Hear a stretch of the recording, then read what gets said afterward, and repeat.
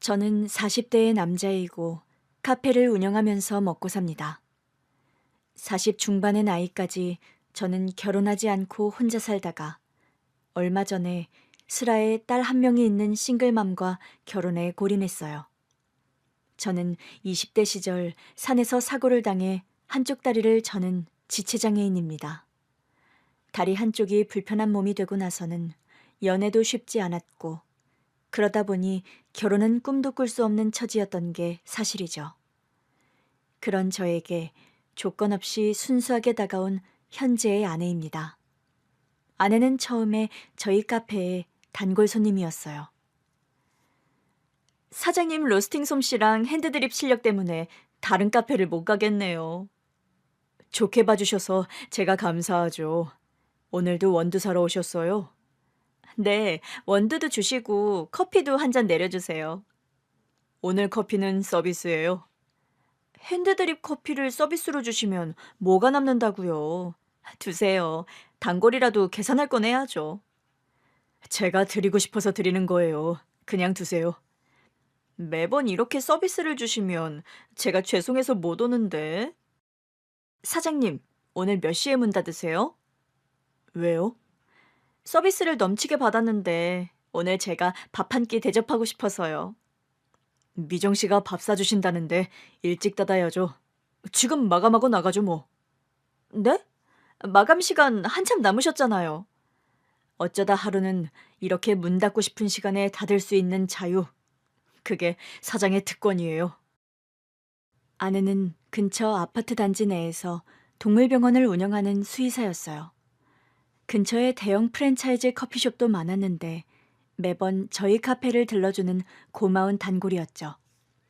제가 그런 고마움에 서비스를 주려 해도 손살에 치며 되려 미안해하는 흔치 않은 양심적인 고객이기도 했고요. 처음엔 그저 고마운 단골 손님이었는데 거의 매일이다시피 저희 카페를 아내가 들리다 보니까 누가 먼저랄 것 없이 서로 가까워졌습니다. 저는 남편과 사별하고 10년 넘게 혼자 딸아이 키우며 살고 있어요. 아, 그러시군요. 저번에 카페에 같이 온 여학생이 그럼. 네, 올해 중학교 들어갔고요. 저에겐 우리 딸이 제 삶의 전부예요. 그래도 삶의 전부인 딸아이가 있어서 좋으시겠어요. 전 여태 결혼 안 한 노총각이라 그런 소중한 존재가 있는 분들이 부럽더라고요. 지금이라도 결혼해서 만드시면 되죠. 보다시피 제가 다리 한쪽이 불편하다 보니까 연애나 결혼이 쉽지 않았어요. 여자들이 바보 같아서 그러죠. 뭐 남자 다리 하나 보고 연애하는 것도 아닌데. 그렇게 대놓고 말씀해 주시니까 뭔가 속이 시원한데요. 아닌 말로 뭐 다리 가지고 연애하나요? 제 말 틀린 말 아니잖아요. 아내는 평소에 교양 있고 품위 있는 스타일이었는데 함께 밥 먹는 자리에서 저에게 스스럼 없이 그런 말을 하더랍니다. 뭔가 제 자존감이 상하지 않도록 배려해서 되려 털털하게 말하는 거라는 걸 저는 알았죠. 그녀의 그런 배려가 저는 고마웠고 또 내숭 떨지 않고 말하는 그녀의 직설적인 화법이 매력적으로 다가왔습니다. 저와 아내는 반년 정도 연애 끝에 혼인신고를 했고 살림을 합쳤어요. 결혼식은 카페에서 조촐하게 직계가족들만 모여서 치렀고요. 저와 아내의 결혼 생활은 더없이 행복하고 좋았습니다. 왜 이제야 서로 만났을까 싶을 정도로 여러 면에서 찰떡궁합이었어요. 그런데 제가 아내와 결혼하고 가장 큰 고민이 하나 있었는데요. 그건 바로 아내의 딸 혜랑이었어요. 저는 처음부터 혜랑이를 제 딸로 받아들이고 친해지려고 노력을 많이 했는데 혜랑이는 여전히 저를 불편하게 여기고 언제나 선을 긋는 태도를 거두지 않고 있는 겁니다. 저기요, 엄마가 잠깐 방으로 와보시라는데요? 엄마가 나를 부른다고? 네. 아내와 결혼하고 살림을 합친 지 몇 개월이 지나도록 저를 아빠라고 부르지 않는 의붓딸 혜랑이었어요. 사람들이 규정하는 혜랑이와 저의 관계는 물론 의붓딸과 새아빠였지만 저는 아내와 결혼을 결심한 순간부터 해랑이를 제가 마음으로 낳은 딸이라 여기고 있었는데도 말입니다. 되도록 저와 말을 섞지 않으려는 해랑이었고 저를 굳이 부를 일이 생기면 마지못한 목소리로 저기요 하고 부르는 해랑이었어요. 여보, 내가 뭐가 부족한 걸까? 나름 노력을 많이 하는데도 해랑이랑 가까워지는 게 쉽지가 않네. 너무 부담 갖지 말고 천천히 시간을 두고 기다려봐요. 해랑이가 한참 예민한 중학생이잖아요. 중2병이라는 말이 괜히 있겠어요? 그래도 이런 어색한 관계가 오래 갈수록 좋지 않은 건데. 너무 걱정 말아요, 여보. 당신이랑 나 재혼한다고 했을 때 내가 가장 먼저 허락을 구한 것도 해랑이었어요. 해랑이가 우리 결혼 오케이 했다면서? 그럼요. 그랬으니까 내가 당신이랑 재혼도 가능했던 거고요. 그런데 왜 내게 아빠란 소리를 안 하는 걸까? 해랑이 기억 속에 원체 아빠란 존재가 부재해놔서 그럴 거예요. 해랑이 3살 때 친아빠가 명 달리했고 그 후로 줄곧 여태까지 아빠란 소리를 해본 적 없이 살아온 아이예요. 당신 말 듣고 보니 이해도 가긴 하는데 당신이 너무 서운해 안 했으면 좋겠어요. 해랑이가 또 성격이 친구든 어른이든 쉽게 마음을 빨리 여는 편이 아니에요. 해랑이가 어린애답지 않게 마음이 진중한 편이긴 하지. 당신이 싫었으면 애초에 우리 재혼 허락도 안 했을 거예요. 그런데 아니잖아요. 해랑이가 천천히 마음을 열 때까지 당신이 조금만 지켜봐줘요. 네? 아내는 그런 말로 저를 위로했지만 저는 조바심이 나고 좀 서운한 마음이 드는 것도 사실이었죠. 저는 카페를 운영하면서도 해랑이의 등하교를 제가 직접 하곤 했어요. 해랑이를 픽업하며 같이 차를 타고 이동하는 동안에라도 이것저것 대화도 하고 친해질 시간을 가지려는 저만의 노력의 일환이었죠. 그날도 딸아이가 학원 마칠 시간이 되었고 저는 카페를 잠깐 종업원에게 맡긴 뒤 딸아이 픽업을 갔어요. 수업 잘 마쳤니? 네, 오셨어요? 짧은 대답 후에 또 말문을 닫아버리는 해랑이었죠. 해랑아, 너 보이그룹 좋아한다고 하지 않았니? 네, 좋아해요. 초등학교 때부터 지금까지요. 다음 달에 콘서트가 있다는데 아빠가 예매할 테니까 같이 갈까? 오빠들 콘서트 예매가 쉽지 않을 텐데요. 완전 예매 전쟁 수준이에요. 보통 광클릭 솜씨 가지고는 안 될 텐데. 그건 걱정 마라, 해랑아. 아빠가 어떻게든 예매 성공시킬 테니까. 그럼 예매만 성공하면 아빠랑 같이 간다는 거지? 네. 작은 목소리로 대답하는 해랑이었지만 좋아하는 보이그룹의 콘서트는 저와 흔쾌히 가겠다고 하는 것에 저는 일단 다행이다 싶더군요. 그 말에 기분이 좋아서 콧노래를 부르며 운전을 하는데 그런 말을 하는 딸아이였어요. 저기요. 뭐 나한테 할 말 있어? 일단 약속부터 해주실래요? 무슨 약속? 엄마한텐 비밀로 해주신다는 약속이요. 대체 무슨 일이길래 아내에게 비밀로 해달라는 것일까?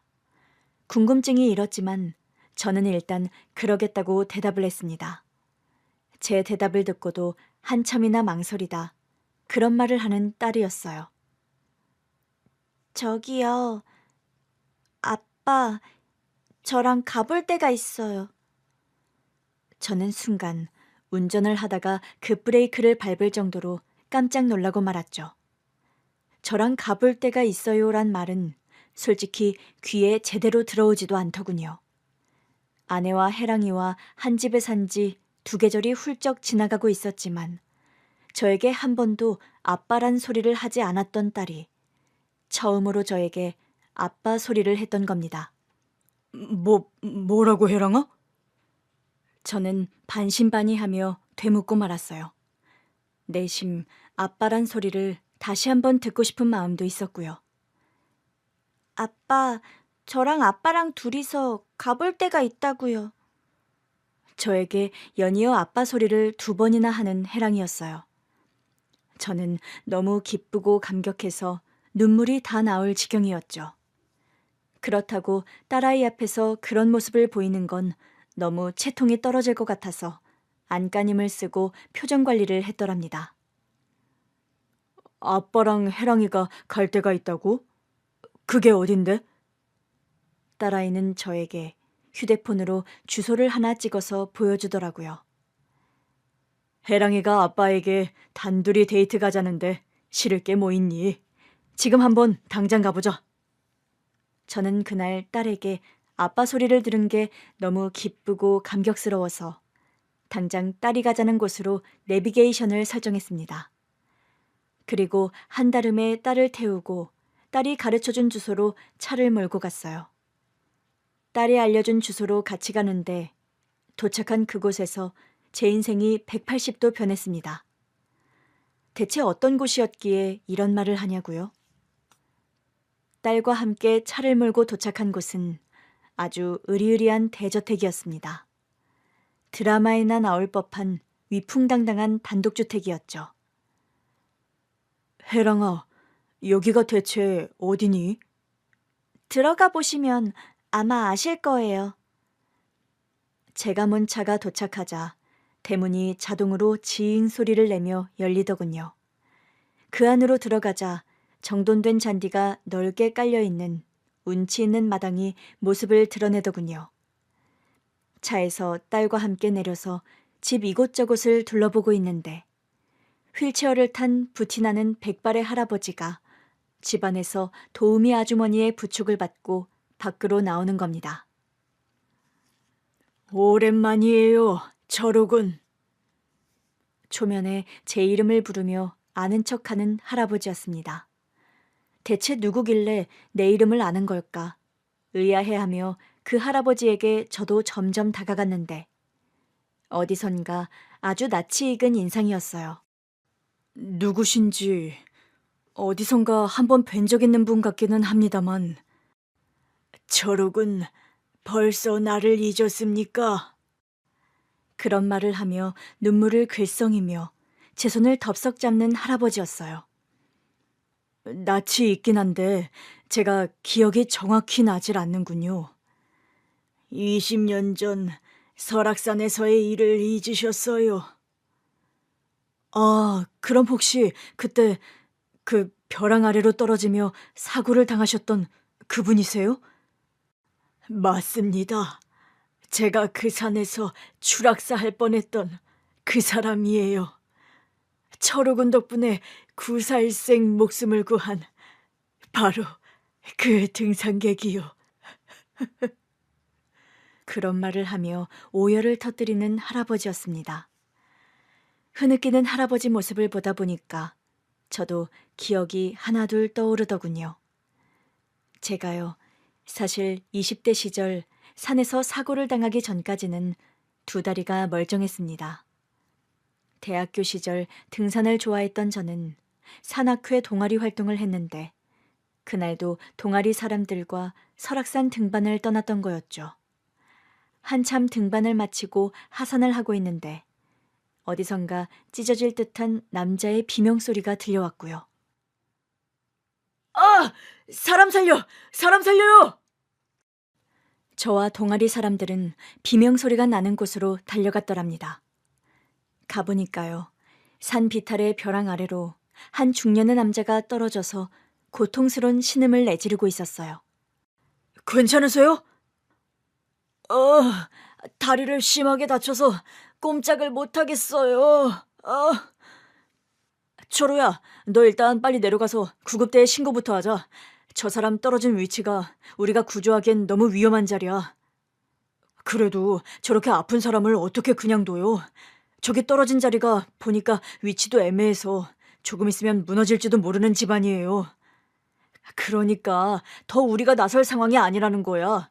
추락해 구하려다 너까지 잘못되면 어쩌려고 그러니? 선배, 그런데 보세요. 지금 저 사람 출혈이 너무 심해서 일단 압박붕대라도 안 하면 큰일 나겠어요. 게다가 지금 저 자리가 무너지기 일보 직전인데 다리도 못 쓰는 사람을 구해야지 어째요. 철우야, 내 말 들어. 너 지금 거긴 내려갔다간 너까지 죽는 수가 있다고. 저 안 죽어요, 선배. 나 그냥 죽게 선배가 안 놔두실 거잖아요. 안 그래요? 선배, 구급대의 신고는 알아서 부탁드릴게요. 저는 일단 내려가서 저 위험한 자리에서 저 사람 일단 구조부터 좀 할게요. 사람들의 만류를 뒤로하고 등산객을 구하러 내려간 저였습니다. 그때 추락객이 떨어진 자리가 집안이 불안정해서 무척 위험한 자리였어요. 그냥 뒀다가는 다리를 다친 그 추락객이 아예 벼랑 아래로 떨어져 목숨을 잃을 상황이었죠. 저는 그 위험한 자리로 내려가서 추락객을 겨우 구했는데 그 사람을 업고 올라오려는 찰나 집안이 그대로 무너져 버렸던 겁니다.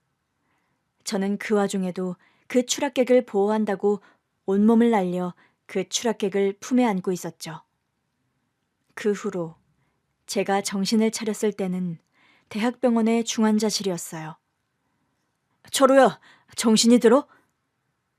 선배, 여기가 어디예요? 그냥 있으라는 내 말을 그렇게 안 듣더니... 선배, 어떻게 된 거예요? 왼쪽 다리가 왜 이렇게 아픈 거죠? 아, 철우야, 너 그 추락객 구하려다 네가 다리 한쪽을 잃게 됐어. 네 덕분에 그 등산객은 목숨을 건졌는데 너 왼쪽 다리 평생 못 쓰게 된대. 청천벽력 같은 선배의 말을 듣고 저는 충격으로 아무 말을 못할 지경이었죠. 알고 보니 저는 왼쪽 다리를 심하게 다쳐서 대수술을 받고 회복 중인 상황이었던 겁니다. 통증이 너무 심해서 저는 더 대화를 이어가지도 못했어요. 희미해져가는 의식 속에서도 대성통곡하는 어머니의 울음소리가 귓가에 희미하게 들려오던 기억이 여전히 생생합니다. 아이고, 우리 멀쩡한 아들이 다리 한쪽을 못 쓰게 되다니. 이게 무슨 사달이야. 아이고. 애통하다 못해 찢어질 것 같은 어머니의 울음소리가 비몽사몽을 헤매던 상태에서도 제 가슴을 아프게 후벼파던 기억 또한 여전하고요. 저는 그 사고 이후 1년 가까이 수술과 재활을 반복했지만 영영 다리 한쪽을 저는 신세가 되고 말았던 겁니다. 그때 제가 입원한 병원으로 휠체어를 타고 찾아왔던 등산객. 지금 대면하고 있는 할아버지가 기억이 나더라고요. 죄송합니다. 저 때문에 멀쩡한 청년이 이 지경이 돼서 용서해 주세요. 아닙니다. 제가 선택한 일이었는거려. 그래도 저는 이제 앞으로 평생 그쪽에게 죄인입니다. 저는 덕분에 목숨을 구했는데 다리 한쪽을 못 쓰게 되어서 이 일을 대체 어찌해야 할지 모르겠어요.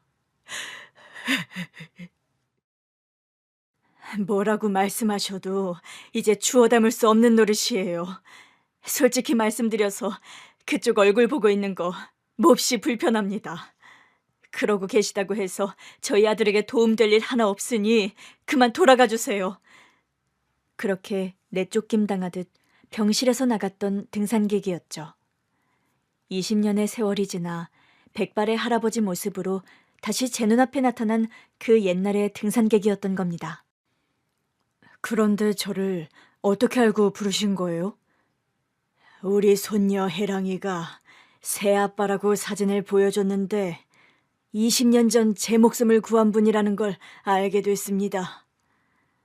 아빠, 저는 아빠가 우리 친할아버지 목숨 구해준 분이란 것도 모르고 아빠한테 그동안 틱틱거리기나 했어요. 죄송해요. 그런 말을 하며 울음을 터뜨리는 딸이었어요. 저는 어느 날 갑자기 딸아이가 저에게 마음을 열고 아빠라고 부른 이유를 미루어 짐작하게 됐더랍니다.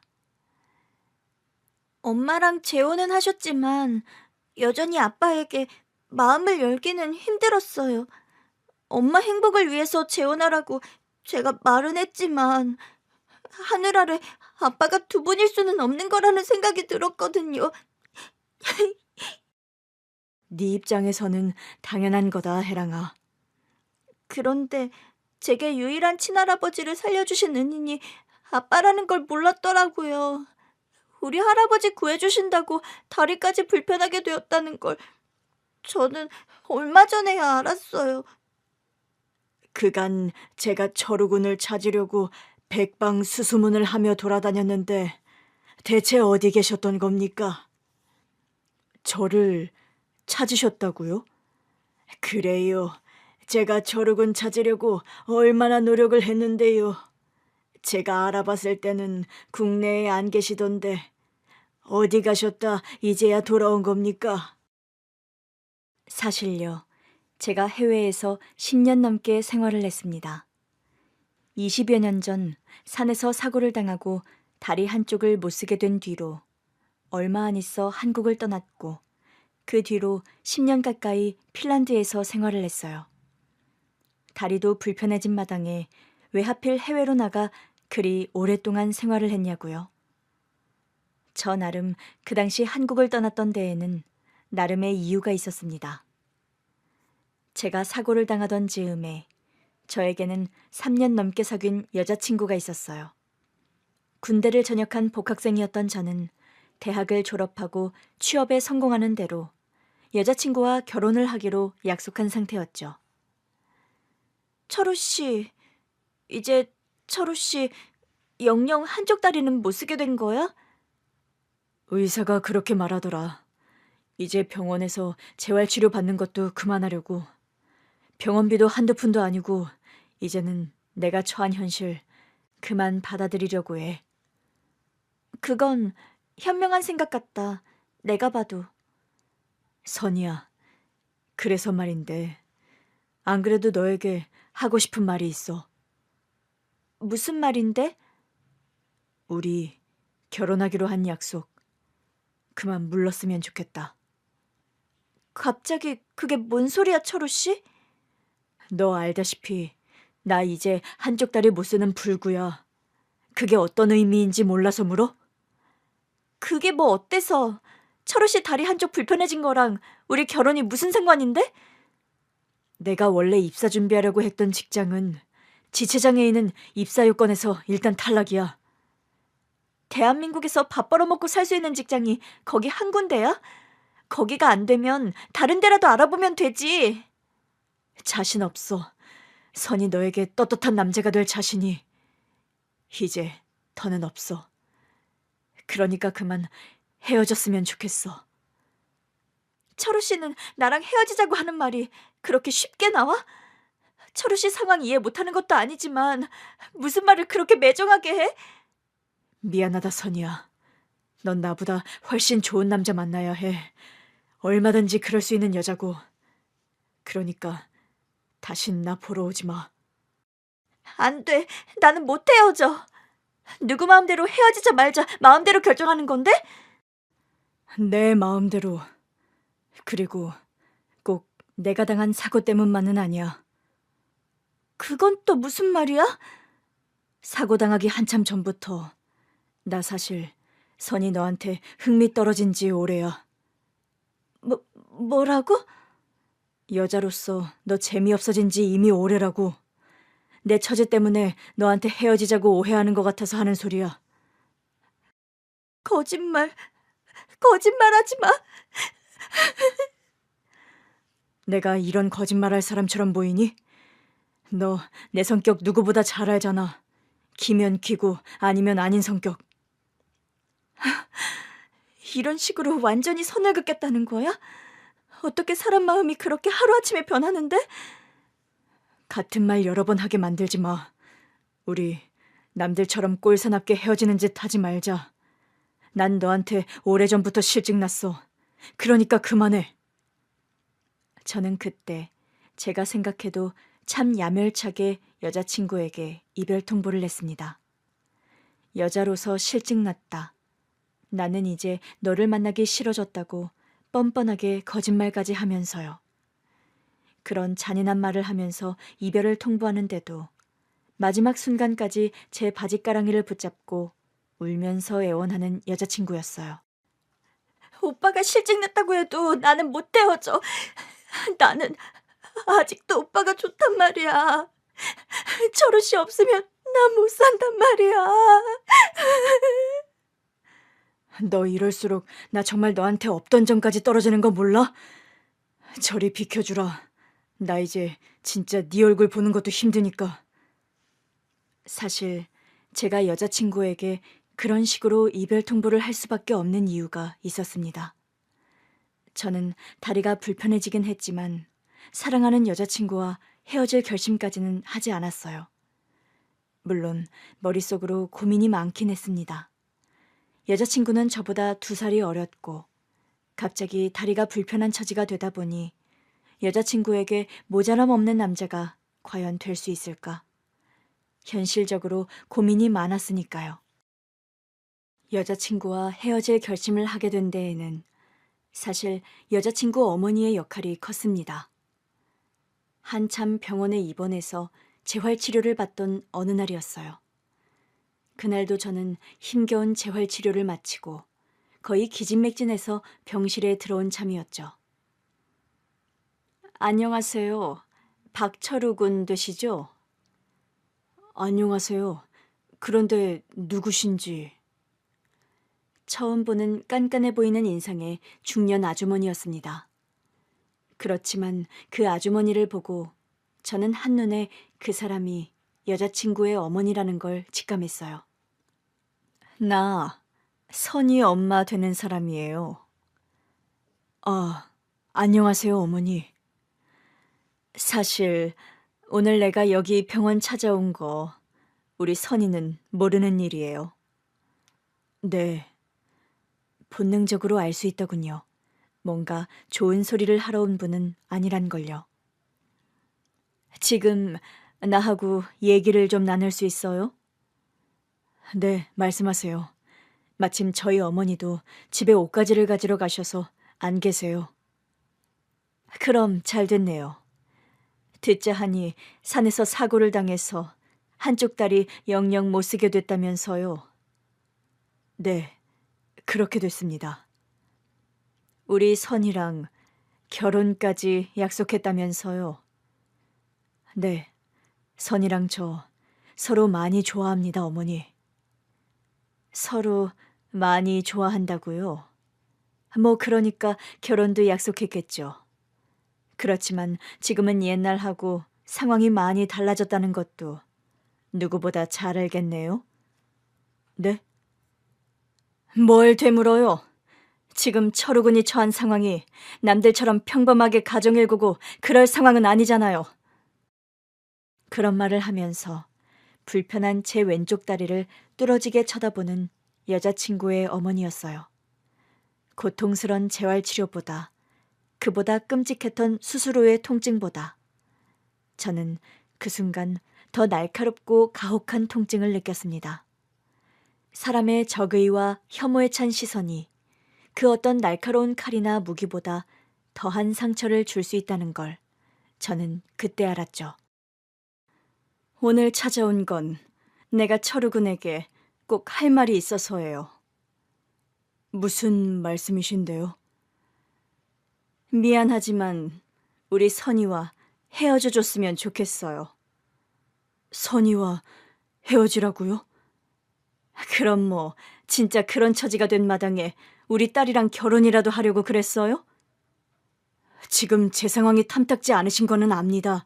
이해도 하고요. 그렇지만 저 여기서 절대 주저앉지 않을 겁니다. 제 몸이 부서지게 일을 해서라도 선희 절대 고생 안 시킬 자신이 있어요. 그런 다부진 각오는 뭐 나쁘지 않네요. 그래도 현실이란 게 그리 호락호락한 게 아니에요. 멀쩡한 사람도 제대로 밥벌이하며 사는 게 쉬운 일이 아닌데 장애를 가진 몸으로 처자식 제대로 건사하는 게 보통 일일 것 같아요? 어머니, 저 절대 무책임한 남자 아닙니다. 한쪽 다리가 불편한 만큼 배로 노력해서 그런 각오로 사는 건 좋은데요. 저는 우리 딸 고생문 훤히 열린 그런 시집 보내고 싶지 않아요. 게다가 평생 장애인 남편 두고 산다는 손가락질 절대 받게 하고 싶지 않아요. 어머니, 우리 선이 사랑한다고 했죠? 그럼 우리 딸 보내줘요.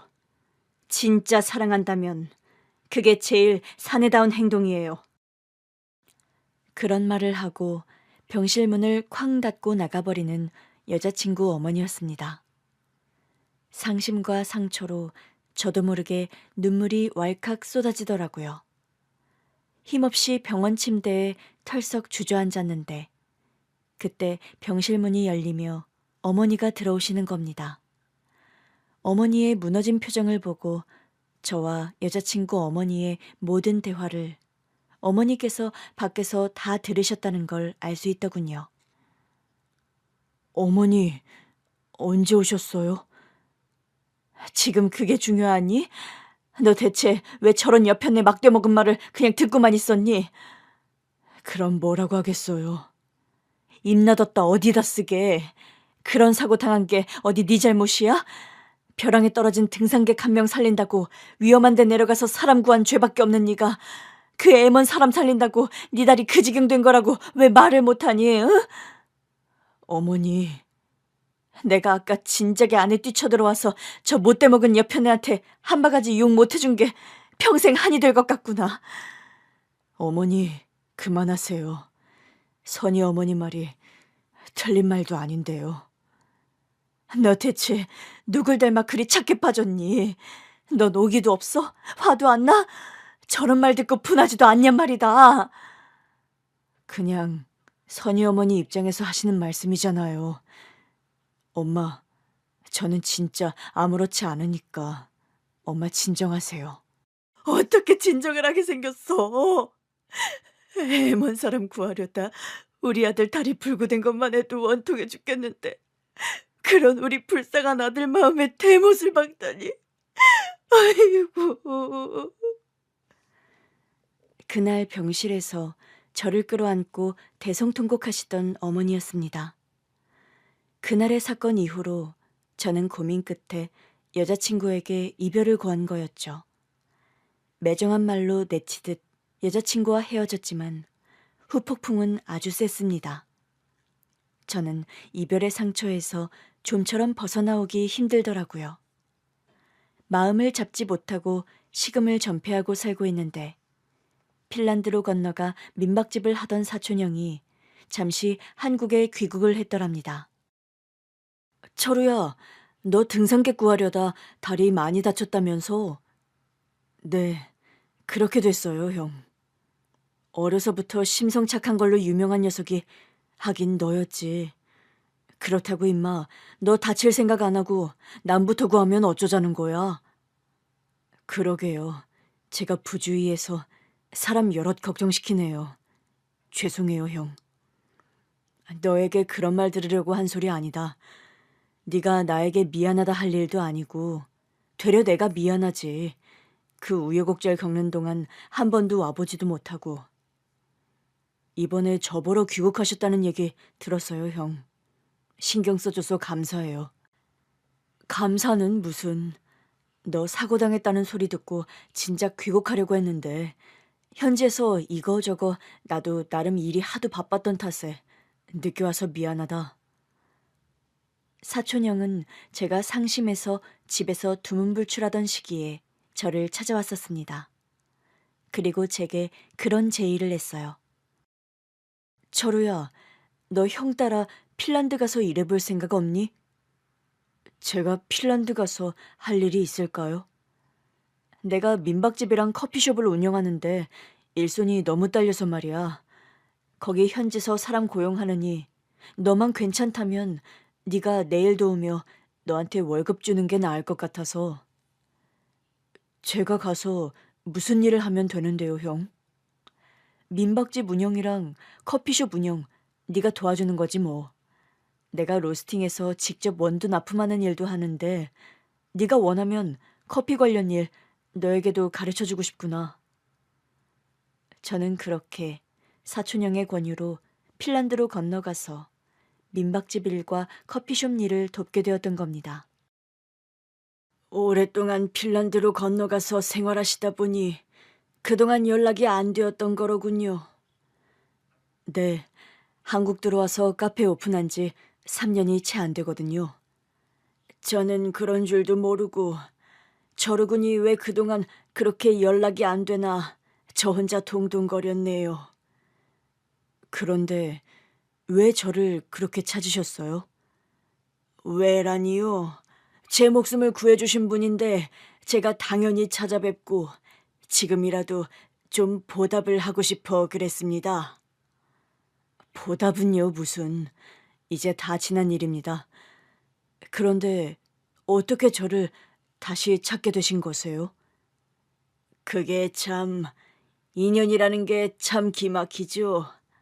사실 해랑이가 제 친손녀입니다. 알고 보니까요, 저희 딸아이, 그러니까 의붓딸 해랑이의 친할아버지가 제가 예전에 산에서 구해드린 그 중년의 등산객이었던 겁니다. 제가 해랑이의 새아빠인 줄 얼마 전까지만 해도 꿈에도 몰랐다는 할아버지였습니다.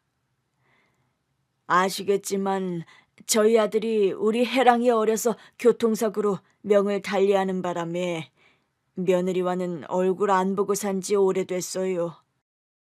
저는 한 달에 한두 번 할아버지를 뵈러 혼자 이 집에 찾아오곤 했는데 제가 얼마 전에 새아빠 사진을 할아버지께 보여드렸어요. 해랑 어미가 재혼했다는 건 들어서 알고 있었지만 해랑이 새아빠 얼굴을 제가 볼 일은 없다 생각했는데 해랑이가 이 사람이 새아빠라고 휴대폰으로 사진을 보여줬어요. 그런데 사진 속 주인공이 내가 그렇게 찾아 헤매던 철우군이란 걸 알고 정말 놀랐고요. 저는 사실 그때 할아버지를 찾아와서 할아버지 댁에서 생활하면 안 되냐고 여쭤봤었어요. 아니, 해랑아, 왜 그런... 그냥 새아빠가 싫은 건 아니었는데요. 아시다시피 제가 처음부터 아빠 소리가 잘 나오지도 않았고 혼자 계신 할아버지가 적적해 보이셔서 할아버지 댁에 들어와 살면 어떨까 그런 말씀을 드렸던 거예요. 해랑아, 그런 얘기는 먼저 엄마에게 상의를 해야지. 안 그러니? 죄송해요. 걱정시켜드릴 생각은 없었어요. 나도 해랑이 너를 야단치려는 게 아니란다. 그래도 오늘 나를 아빠라고 불러주어서 정말 고마워, 해랑아. 저는 그런 말을 하면서 딸아이를 꼭 끌어안아 주었습니다. 아빠, 그동안 아빠라고 불러드리지 못해서 죄송했어요. 그런데 얼마 전에 아빠가 우리 할아버지 구해주신 생명의 은인이라는 거 알게 되고 저도 아빠한테 마음이 많이 열렸어요. 그건 이미 오래전의 일인걸. 그래도 아빠 아니셨음 지금 할아버지가 세상에 안 계실 거잖아요.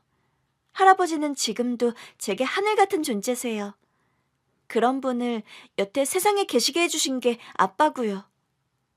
그런 말을 하면서 눈물을 글썽이는 해랑이었어요. 그날 그 운명 같은 재회를 뒤로 하고 저는 딸을 데리고 다시 집으로 돌아왔죠. 아니, 두 사람 어딜 갔다 이제야 들어와요? 뭐 그럴 일이 좀 있었어.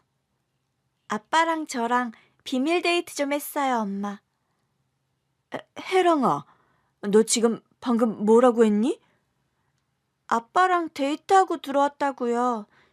엄마, 저 오늘 피곤해서 좀 일찍 들어가서 잘게요. 두 분 안녕히 주무세요. 방으로 들어가는 딸아이의 뒷모습을 넋놓고 보면서 깜짝 놀란 표정을 짓는 아내였어요. 당신도 많이 놀랐지? 여보, 이게 갑자기 어떻게 된 일이에요? 하루 사이에 이런 기적이 다 벌어질 수 있죠? 저는 그날 밤 아내에게 그날 있었던 일을 털어놓았어요. 돌아오는 차 안에서 해랑이와도 다 합의가 된 일이었죠. 그럼 당신이 아버님을 만나고 왔단 말이에요? 처음에 혜랑이가 당신에게 말하지 말고 다녀올 때가 있다고 해서 난 어딘가 했어. 옛날에 산에서 아버님을 구해준 사람이 당신이었단 말이에요? 그런데 난 20년도 더 지난 일이라 당신 아버님 얼굴조차 잊고 있었어. 따로 말씀하지 않으셨다면 성함도 기억 못했을 거야. 남편이 명 달리하기 전에 아버님이 그 사고가 나던 날의 일을 저에게도 여러 번 말씀하셨어요. 당신에게도? 뭐라고? 멀쩡한 청년 한 사람이 자기를 구하려다 다리가 불편하게 됐다고요. 자기는 오래 살아서 반드시 그 청년에게 은혜를 갚고 죽어야 한다고요. 아내에게 듣고 보니까요. 그분, 그러니까 제가 구해드린 차근우 사장님이 지난 세월 사업 재기를 위해 고생을 많이 하셨다고 하더군요. 원래 산에서 사고를 당하던 즈음에 사장님은 사업이 망해 거의 파산한 상황이었다고 합니다. 절망적인 마음으로 매일 심기일전, 각오를 다잡는 기분으로 산에 오르던 시기였고 그때 사고를 당하신 거였죠. 아버님은 휠체어 신세를 지게 된 후에도 독한 의지로 다시 사업을 시작하셨어요.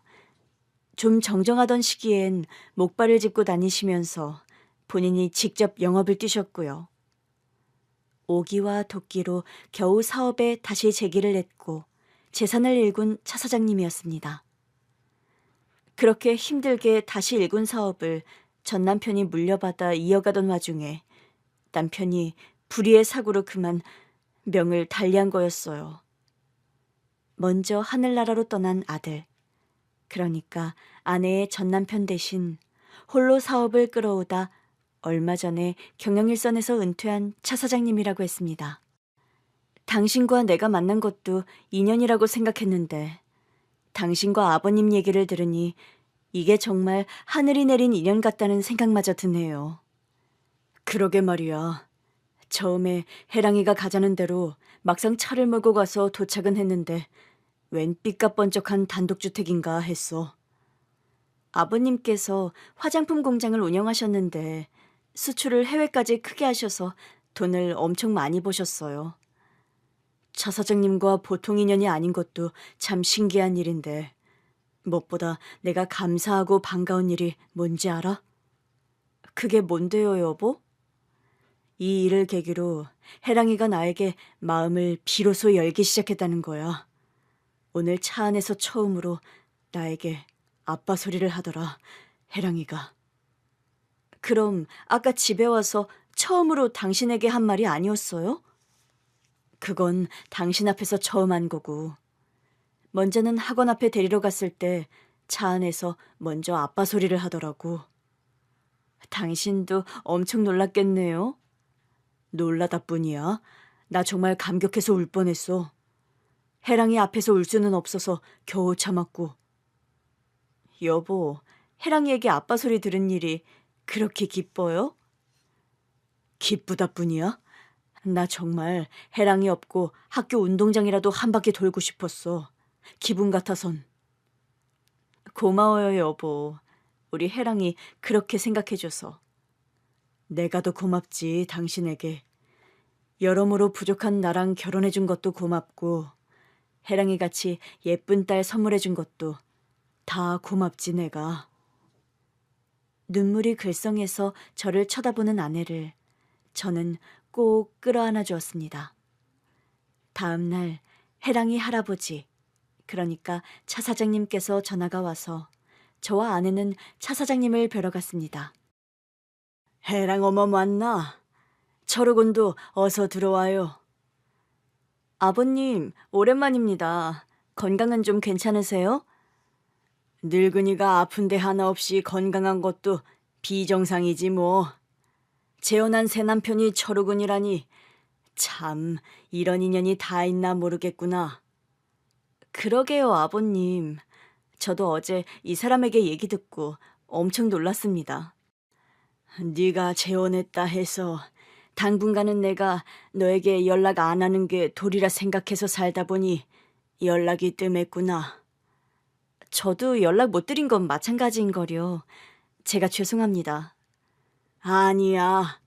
네가 재혼한다고 처음 내게 말했을 때 앞으로는 안부 인사도 하지 말고 새로 시작한 가정에 충실하라고 말한 건 나였다.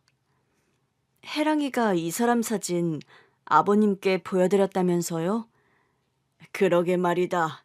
나도 그 사진을 보지 않았더라면 내가 평생을 찾아 헤맨 생명의 은인이 너의 새 남편이라는 것도 모르고 살 뻔했구나. 그런 말을 주고받는 아내와 차 사장님이었습니다. 이미 하늘나라로 떠난 아들과 그 아들의 혼자 남은 며느리, 그리고 그 며느리의 새 남편인 저. 따지고 보면 절대로 살면서 한자리에 함께 있기 힘든 조합의 관계인 게 사실이었죠. 저 역시 이게 대체 무슨 운명의 장난인가 싶은 생각마저 들 지경이었어요. 오늘 이렇게 두 사람을 먼 길 오게 한 것은 내가 할 말이 있어서다. 하실 말씀이요? 그래. 그러면서 서류 하나를 저와 아내 앞에 내미는 차 사장님이었습니다. 서류를 봉투에서 꺼내본 아내의 얼굴이 충격과 놀람으로 굳어졌죠.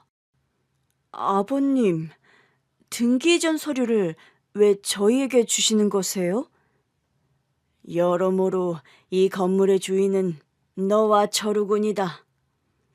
차 사장님께서 저희 부부에게 건넨 것은 5층짜리 건물의 등기 이전 서류였습니다.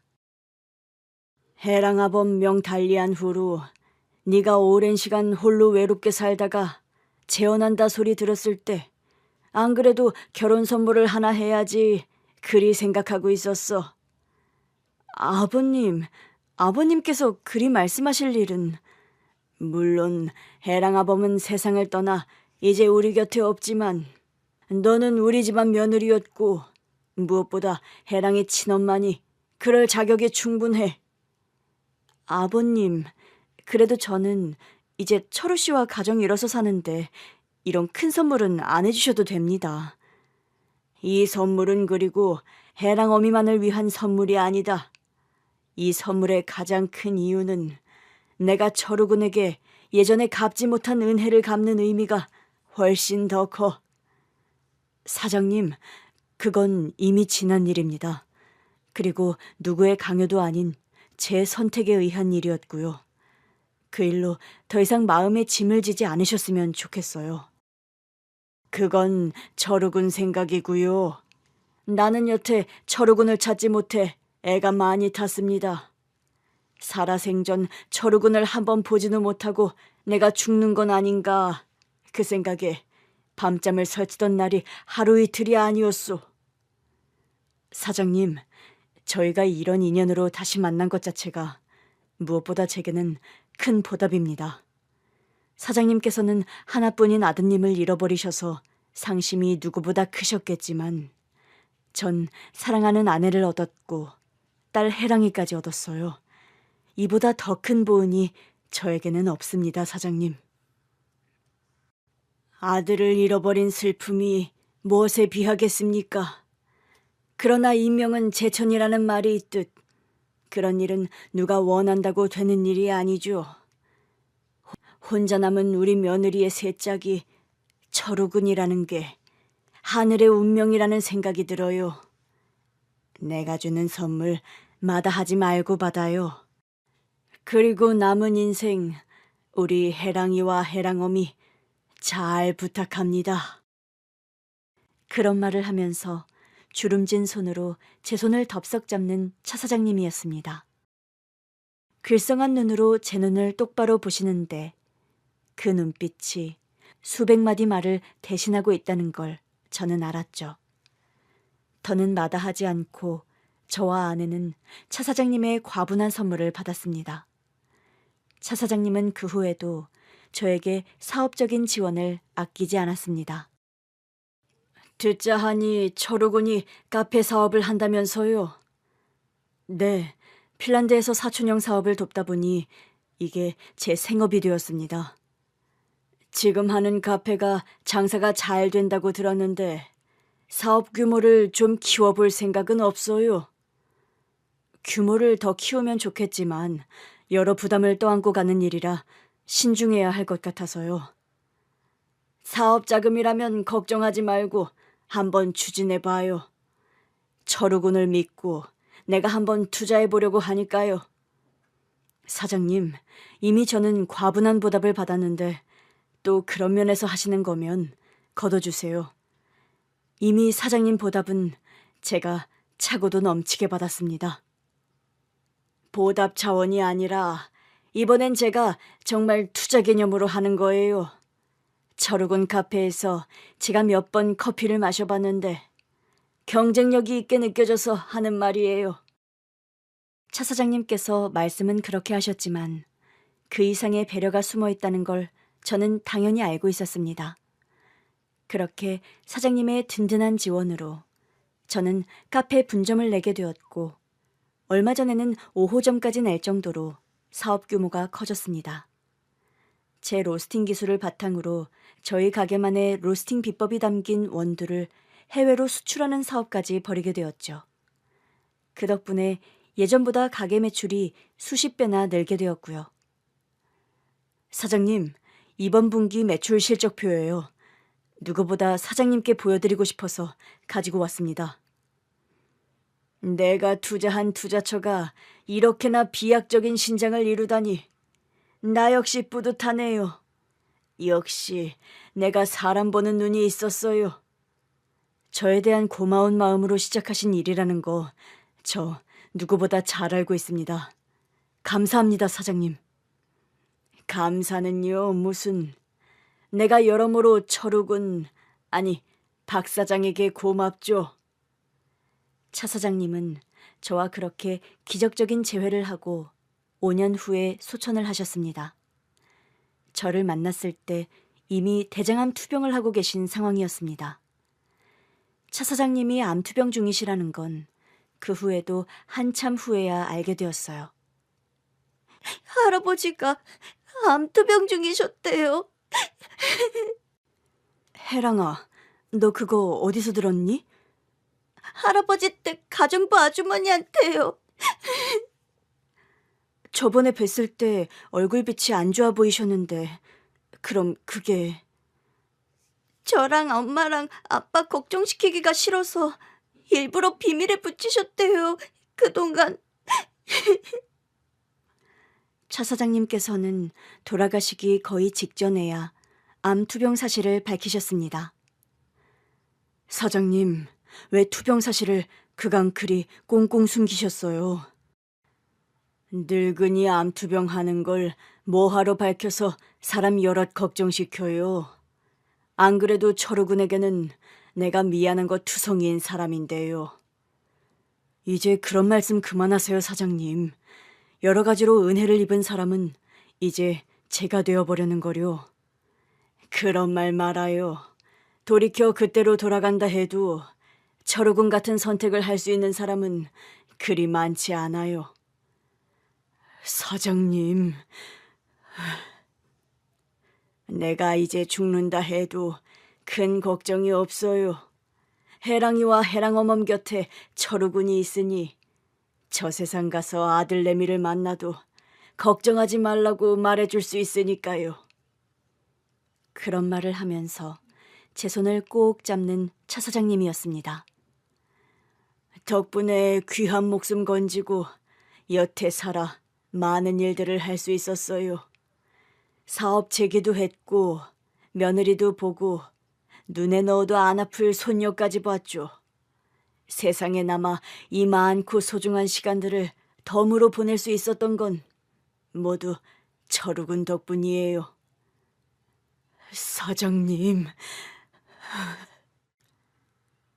철욱군과는 생각할수록 예사 인연이 아니었던 것 같아요.